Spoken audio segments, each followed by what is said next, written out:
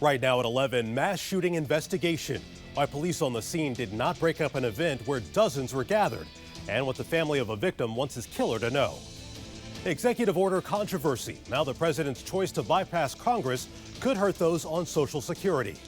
And tracking changes, what to expect for the week ahead, and when you'll need an umbrella. We track the rain chances coming up. Now, ABC 7 News at 11 on your side. The life of a young father stolen. The search is on right now for the people who killed a 17-year-old. Family members tell us 7 on your side that Christopher Brown had a 1-year-old baby and a baby on the way. The shooting that claimed his life also wounded more than a dozen others. ABC 7's Tim Barber is live at MPD headquarters with details on the victims, including a D.C. police officer. Tim. And we just checked with the MPD. Still no new status on that off-duty officer who was shot. Reporting live from MPD headquarters, Tim Barber, ABC 7 News. That is a shame, Tim. Thank you very much. Now, that mass shooting happened just blocks away from the Office for the Alliance of Concerned Men. That's a youth crime and violence prevention program. 7 on your side first introduced you to that organization back in December. They partner with violence interrupters to patrol the streets in an effort to lower the number of violent crimes in the district, even training members on how to resolve conflicts between gangs. Now, we are more than halfway through the year, and despite the pandemic and the lockdown, the number of murders in the district is up. Last year at the same time, 98 people had been killed in D.C. So far this year, 115 people have been killed. That is a 17% increase. Now, despite that, the violent crime and overall crime in the district is actually down. Now, 7 on your side will continue to follow this story and send out any new breaking details on the case. They'll go straight to your phone. Just download the ABC 7 News app. And we are turning now to weather and taking a live look outside. We're getting a short break from that heat, but not the humidity. Meteorologist Brian Vandergraff is tracking tonight's temperatures and what it feels like out there. Hey, Brian. I'll have that hot forecast coming up in just a bit, Carl. All right, Brian, we'll come right back to you. Thank you very much. Well, tonight some people are out of their homes after a 5.1 magnitude earthquake in North Carolina. It's the strongest quake to rattle the state in 94 years. And people could feel the ground shaking from Virginia all the way down to parts of Georgia. And tonight some roads are cracked and there's structural damage to homes. And one woman says the quake shook her right out of bed. We were laying down in the bed, just sleeping, and it startled us. We were laying down and all of a sudden we hear this big tremble. It trembled our house and then it shook our bed. And we was like, what in the world was that? Yeah, that's a scary moment.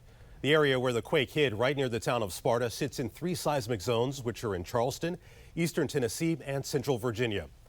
This earthquake reminding many people of the 2011 quake that shook the land from central Virginia to the district. You'll remember that quake damaged the Washington Monument and led to $15 million in repair work. It was quite rare. We don't get earthquakes in the eastern U.S. We don't get earthquakes of this size more than every decade or so. There was the magnitude 5.8 in central Virginia.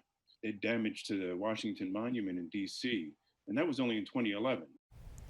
Well, the earthquake caused an estimated 150 cracks in the Washington Monument, but after years of repair and construction, it reopened in September of last year. And to the coronavirus pandemic now, where thousands of people are gathered in South Dakota tonight for day 3 of the Sturgis Motorcycle Rally. This is a live look at the gathering now. You can see a lot of people in the area there. Motorcycles lined up. South Dakota's Republican governor says she welcomes the estimated 250,000 bikers who are all expected to visit the area over the course of the 10-day event.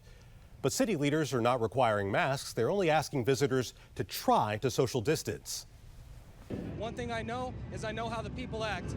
Look at everybody out here. They're ready to ride. Everybody's cooped up from the coronavirus. Everybody's ready to have fun. And hell, so am I. Total coronavirus cases in South Dakota are low, but they are slowly rising. And while many states went through lockdowns and restrictions, South Dakota never closed, so that rally is not breaking any laws. Well, Maryland is now reporting its lowest positivity rate since the start of the pandemic. Governor Larry Hogan announcing the positivity rate currently stands at 3.75%. And several counties reached record lows, including Prince George's County. While that's an improvement, the governor says now is not the time to be complacent and urges Marylanders to continue wearing a mask and to practice social distancing. And happening tomorrow, County Executive Angela Alsobrooks will hold a drive-through event where residents can get food. The contact-free event will happen in Greenbelt. Prince George's County has been hit hard by the pandemic with more than 23,000 confirmed cases. Now in the district, the number of confirmed COVID-19 cases is on the rise, but the mayor's office says they are making improvements on contact tracing. They say contact tracers are now able to reach potentially infected people within 1 day of confirming a new case. There are nearly 13,000 confirmed cases of COVID-19 in D.C. And President Trump is back at the White House tonight after signing 4 executive orders while at his golf club in New Jersey. The president bypassed Congress in an attempt to provide relief for Americans to help get them through the pandemic. But as national correspondent Atra El-Nashar explains, it is not clear how those executive orders will play out. That's new at 11. In Washington, I'm Atra El-Nashar reporting. Well, Virginia now has the highest number of confirmed coronavirus cases in the DMV. There are more than 96,000 confirmed cases, and young people are the most affected. The 20 to 29-year-old age group has the most confirmed cases, followed by those 30 to 39 years old. And a reminder, you have less than an hour to shop Virginia's tax-free weekend. You can still shop online. School supplies that qualify must be $20 or less. That includes backpacks and calculators, as well as hand sanitizer and disinfectant wipes. Clothing and shoes are also included, as long as they cost $100 or less per item. Now, Maryland is having an entire week of tax-free shopping. It started today and continues through Saturday. There's a clothing allowance and a $40 limit on backpacks. Accessories are not included. Now, we know you have plenty of questions and concerns about how the new school year will look during the pandemic. That's why ABC7 is on your side with a virtual town hall. Educators and public health experts will be on hand to answer your questions. Join us Tuesday on WJLA 24/7 News, WJLA.com, and on your Facebook page. Well, new at 11, cracking a decades-old cold case to bring a family closure. I'm hoping that someone will look at it and remember what happened or come forward. How a new piece of technology could help local investigators catch a killer. It's the story you'll see only on 7. Best choice. The major announcement from the Biden campaign that could change the race for the White House and give the Democrat an advantage. A major fail on the field. How a sudden downpour changed how Nats lovers view the field crew and made them new meme of 2020. You're watching ABC 7 News at 11 on your side. Fairfax County Police have a new tool that they're hoping will help solve cold cases. It's a website that details dozens of murders dating back to the 60s. ABC 7 Northern Virginia Bureau Chief Tim Barber spoke with the victim's family about how this gives them new hope. It's a story you'll see only on 7. Tim Barber, ABC 7 News. Fairfax County Police say they're currently investigating nearly 100 unsolved murder cases. You can look at the new cold case website and see if you can help close these cases. We have posted a link on WJLA.com. Your voice, your vote now. Less than 100 days until the election, and the Democratic National Convention kicks off next Monday. Now, before then, we are expecting to learn Joe Biden's choice for a running mate.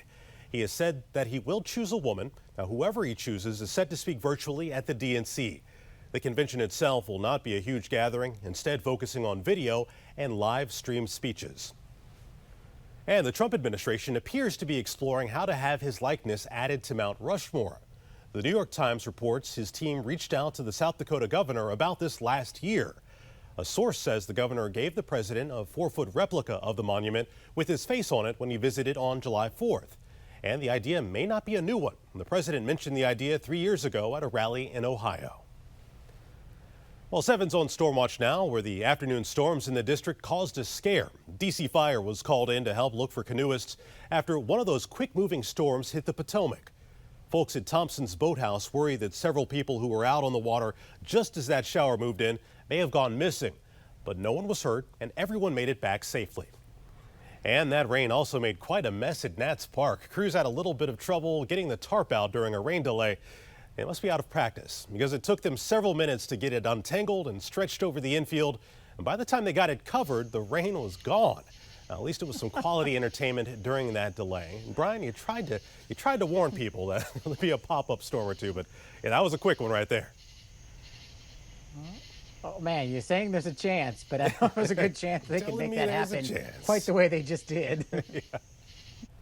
Officials in Virginia Beach say their plans to renovate the city building that was the site of a mass shooting are now on hold because of the pandemic. They are asking the state legislature for $10 million to complete the changes. They say there just isn't enough money in the city budget. That's according to the Virginian Pilot. Last year's mass shooting killed 12 people. Virginia's statue of Robert E. Lee at the U.S. Capitol may be headed to a museum in Richmond. A panel voted last month to remove the statue amid pushes to remove Confederate statues and monuments from public places. Now a group is recommending it be moved to the Virginia Museum of History and Culture. The museum says they have not yet received a formal request to take ownership of that statue. We are tracking hot temperatures and more chances for rain. We'll tell you when to grab that umbrella and a final look at the forecast next. Oh, welcome back. And Brian, the heat is back on. I think I heard something about having to grab that umbrella at some point this week.